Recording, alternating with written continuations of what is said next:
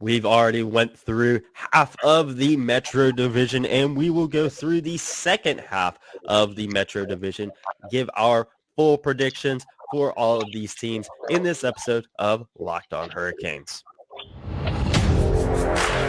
You're Locked On Hurricanes, your daily podcast on the Carolina Hurricanes. Part of the Locked On Podcast Network. Your team every day.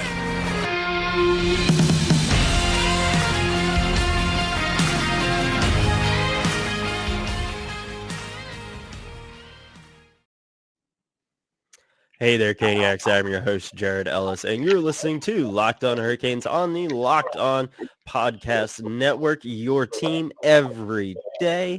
And we are back to finish previewing the Metro Division.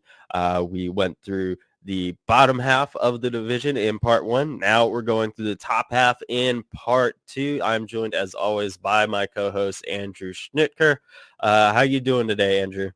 I'm doing well. I'm looking forward to breaking down this top half of the Metro. I still think this is four really, really good teams that we're about to talk about. Four teams that you can at least, some stronger than others, but you can at least talk. I think you can at least talk yourself into every team that we're about to talk about winning the Stanley Cup this year to some extent. Some extent, like I said, a couple more than others. A couple of them have a fatal flaw that I think will probably keep them from winning it. But these are going to be four of the best teams in the NHL this year. I would not be surprised if it's another year where, you look at the top 10 overall in the league and you're like, oh, my God, there's four Metro teams there or something like that. Yeah. And quick recap from part one. At number 8, we both have the Philadelphia Flyers. Number 7, the Columbus Blue Jackets. Number 6, the Washington Capitals. And number 5, the New York Islanders, with 5, 6, and 7, those kind of all being interchangeable. Can see stuff happening there. And those teams flip-flopping each other. Now, getting into the top half. At the number 4 position, I have the New York Rangers. I do as well. And we'll talk about why. I think it has more to do with what the team that we have leapfrogging them has done this offseason than the Rangers themselves. But I do still think they didn't do much this offseason, but I do still think the Rangers are a very good team. There's a good core in place. They have good players, but no, what they do? They signed Jonathan Quick. They signed Blake Wheeler. They signed Eric Gustafson. So, some good low risk potential deals, which is kind of what they had to do because they do not have much cap space. But you look at this team, they've still got an awesome top line in Chris Kreider, Mika Zibanejad, Artemi Panarin. They've got some young guys that they keep hoping take another step, guys like Alexis Lafreniere, who's currently an RFA. That one's going to be interesting with their lack of cap space. Philip Keedle, Capo Caco. They do have Vincent Trocheck as their number 2 center, signed him last offseason. Obviously, Adam Fox at 25 is in contention at least for the best defenseman in the NHL right now. Igor Shesterkin, an elite goalie. So I think the Rangers are very, very firmly a playoff team. We have them number 4, but with the guys that they still have and some of the, unpredictability of an NHL season, the top 4 are all teams I think can at least compete for the top spot in the Metro. It wouldn't shock me to see the Rangers finish 2 or 3 or even, push the Hurricanes for the top spot. I have them at number 4 just because I think as of right now, the 2 teams that are above them have done more to get better. One of those teams was already above them last season, but I do still think the Rangers are a very good hockey team. Clock is kind of ticking on them. I think Panarin's 31, Zibanejad is 30, Chris Kreider is 32. So clock is definitely ticking for them to try to, win something here in the next little bit. And they're going to have their work cut out for them going against some of these other teams, but still a very good team. Still, I think I would probably call the Rangers a fringe Stanley Cup contender right now. Yeah, and another thing that they did was sign Peter Laviolette as their head coach. Obviously, Hurricanes fans remember him, because he coached the team to a Stanley Cup victory back in 2006. I So think he's that's going to, coached 5 Metro teams now, if I'm not mistaken. I think so. He's coached the Islanders, Hurricanes, Flyers, Rangers, Capitals. and Capitals. Mm-hmm. Yeah, so he's coached about the whole Metro division at this point. But yeah, that's going to be interesting to see how, just a new coach taking over ends up, shaking out, because we've seen in the past, regardless of the sport, sometimes there's some growing pains with that. So we'll see what happens. I think a big thing for them that could really help them come playoff time to contend is just being a bit faster. You really saw that in that first round series against New Jersey, where New Jersey was really able to outspeed them. And I think if they can do that, then they're going to stand a bit better chance to make a deep run in the playoffs because you look at the teams around them, like we've alluded to already, it's going to be tough. It's going to be really stinking tough. Now, moving on to the number 3 team, I think we may differ on this one, Andrew. 2 and 3 are interchangeable. For me, I think it could go either way, but as of right now, for number 3, I am going with the New Jersey Devils. Wow. Yeah, we do differ on this one. Yeah, so we can kind of talk about 2 and 3 in tandem, because that would mean your number 3 would be the Pittsburgh Penguins. Actually, it's the No, I'm just kidding. Yes, it's the Pittsburgh Penguins.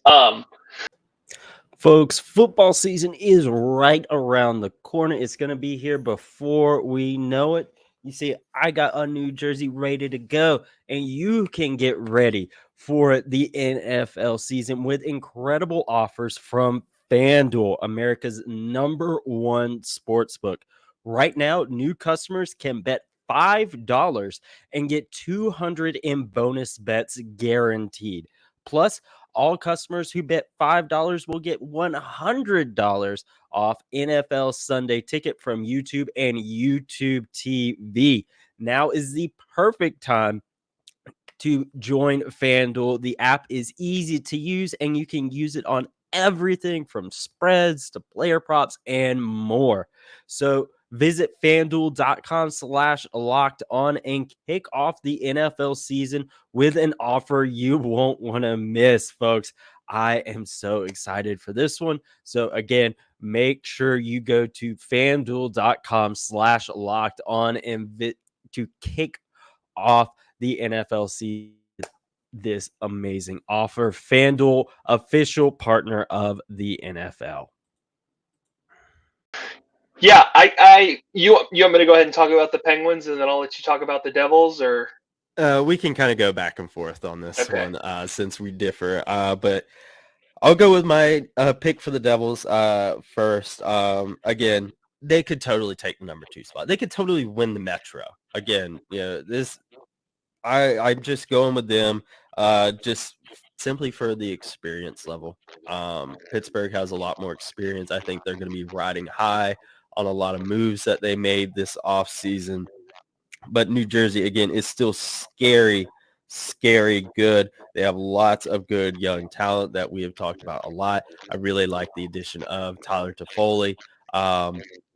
I think, with them, their goaltending is going to be interesting between Blackwood and Schmid to see what they do there. Obviously, if it ain't broke, don't fix it right now. It worked okay for them last year, and they got plenty of time, whereas the Rangers' clock is ticking. The Devils, everyone is still super, super young. If they got to make changes, they can make changes. But I went with them at 3, but they could still totally win the division. But let's hear why you have Pittsburgh at 3.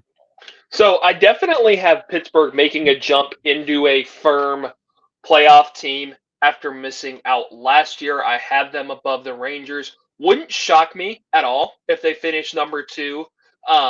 Wouldn't shock me if they push the Hurricanes for the top spot.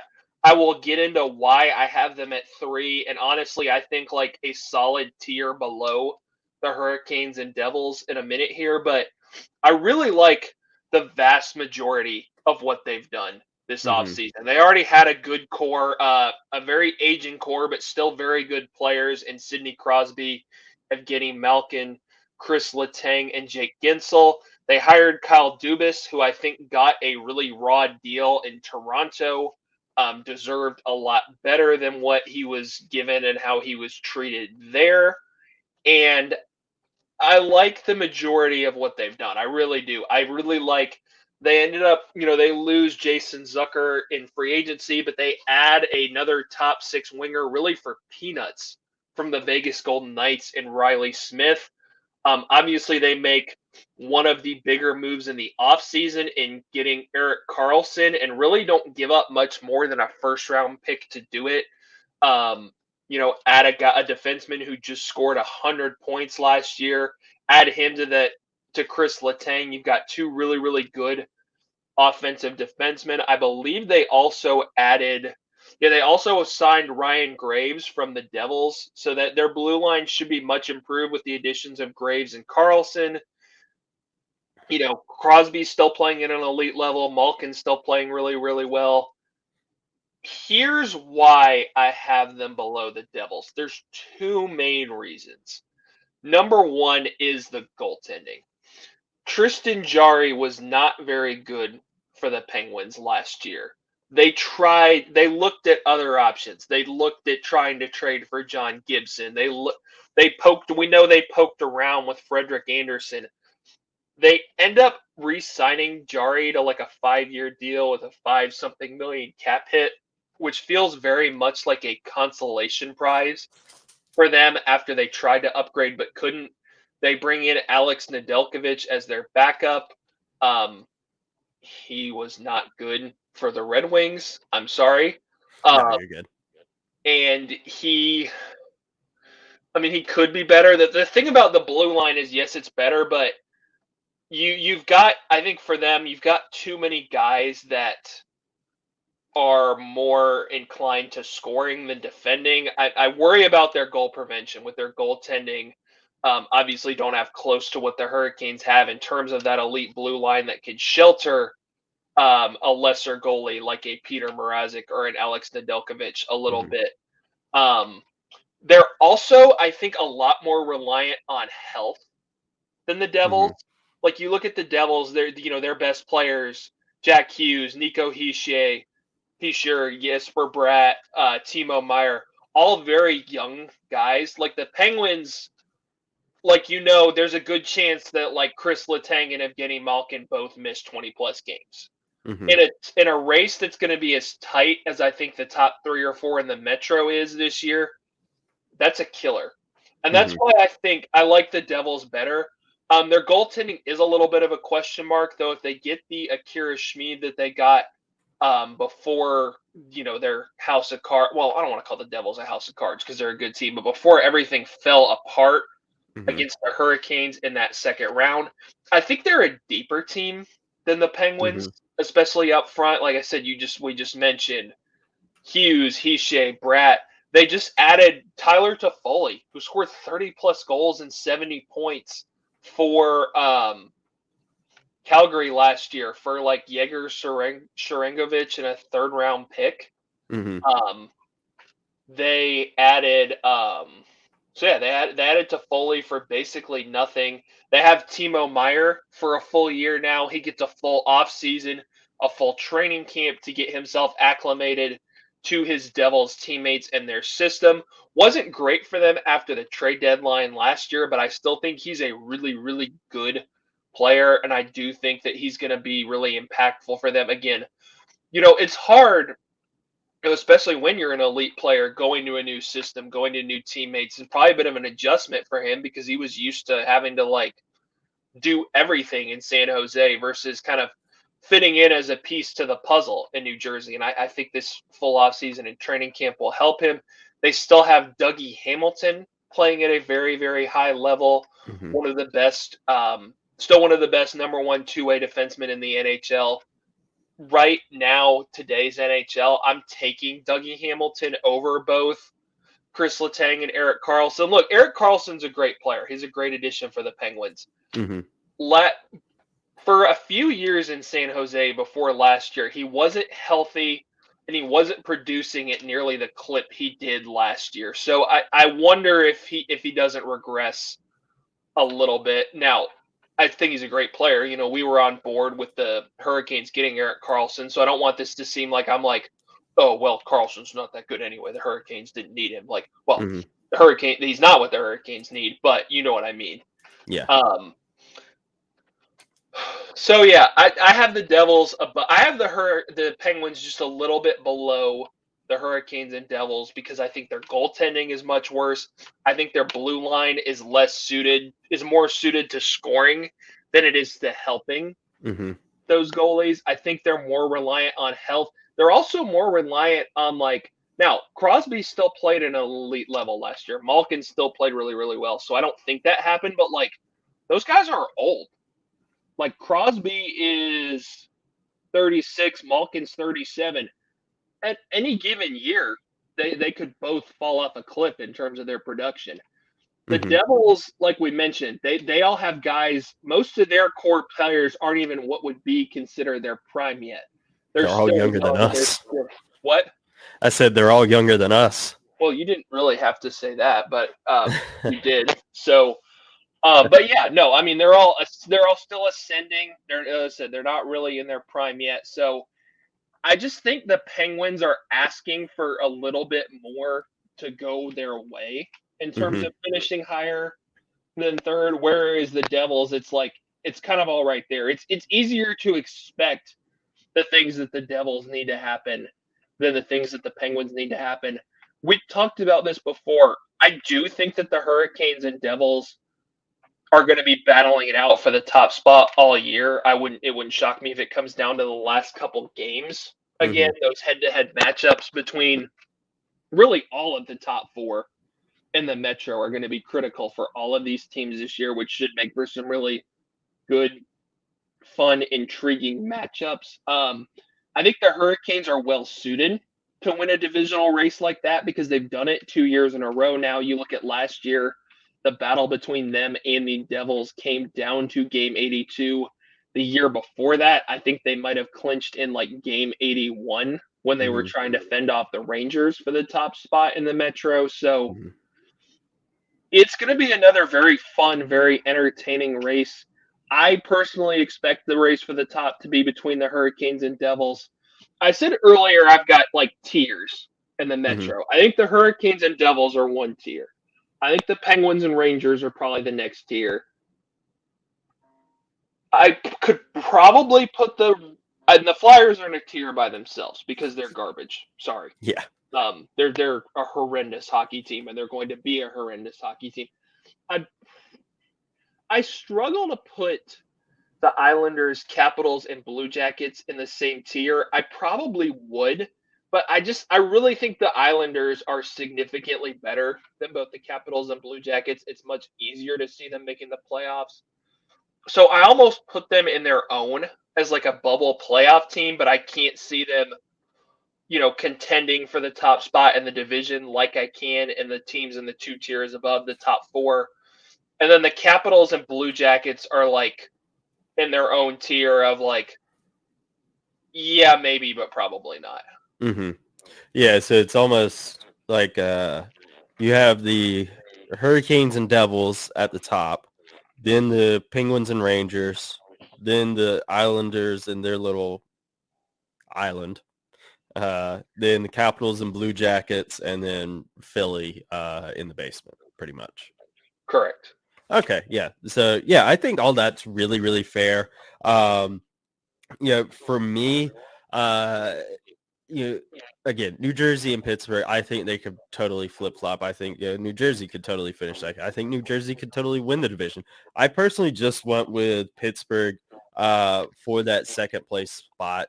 Again, I think it's going to be really close between them and New Jersey. They're in that 2 and 3 spot.